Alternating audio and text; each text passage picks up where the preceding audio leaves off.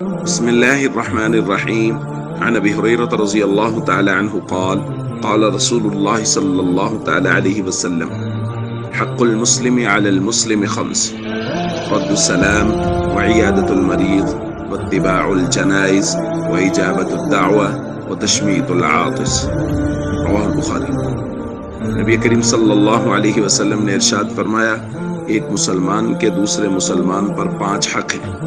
Number 1 سلام کا جواب دینا، نمبر 2 مریض کی عیادت کرنا، نمبر 3 جنازے کے ساتھ چلنا، نمبر 4 دعوت کو قبول کرنا، اور نمبر 5 جب اس کو چھینک آئے تو اس کے الحمدللہ کے جواب میں یرحمک اللہ کہنا۔ دوستو، نبی کریم صلی اللہ علیہ وسلم نے مسلمانوں کے بہت سے حقوق بیان فرمائے ہیں مختلف اوقات میں، ان کی مختلف تعداد ہے۔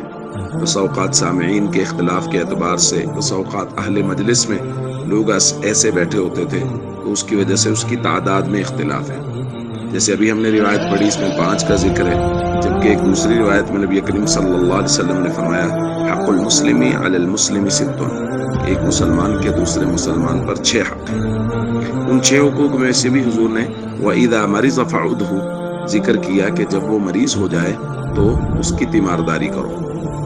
تو مریض کی تیمارداری کرنا یہ بہت اہم حق ہے، اور اس کی اہمیت کا اندازہ آپ اس بات سے بھی لگا لیجئے کہ نبی کریم صلی اللہ علیہ وسلم نے ارشاد فرمایا ان اللہ عز وجل یقول یوم القیامہ، اللہ تعالیٰ قیامت والے دن کہے گا یا ابن آدم، اے آدم کے بیٹے، یعنی کسی انسان کو مخاطب کر کے اللہ فرمائیں گے مرضت فلم تعودنی، میں بیمار تھا تم نے میری تیمارداری نہیں کی۔ بندہ کہے گا یا ربی کیف اعودک وانت رب العالمین، میں آپ کی کیسے عیادت کر سکتا تھا کہ آپ تو رب العالمین ہیں، یعنی آپ کے یہاں تو بیماری کا شیبہ ہی نہیں ہے۔ تو حضور علیہ الصلوۃ والسلام نے فرمایا، اللہ تعالیٰ فرمائیں گے اما علمت ان عبدی فلانا مرض، کہ تمہیں نہیں پتا کہ میرا فلاں بندہ بیمار تھا، فلم تعودہ تم نے اس کی تیمارداری نہیں کی، اما علمت انک لو عدتہ لوجدتنی عندہ، کہ تمہیں نہیں پتا کہ اگر تم اس کی عیادت کے لیے چلے جاتے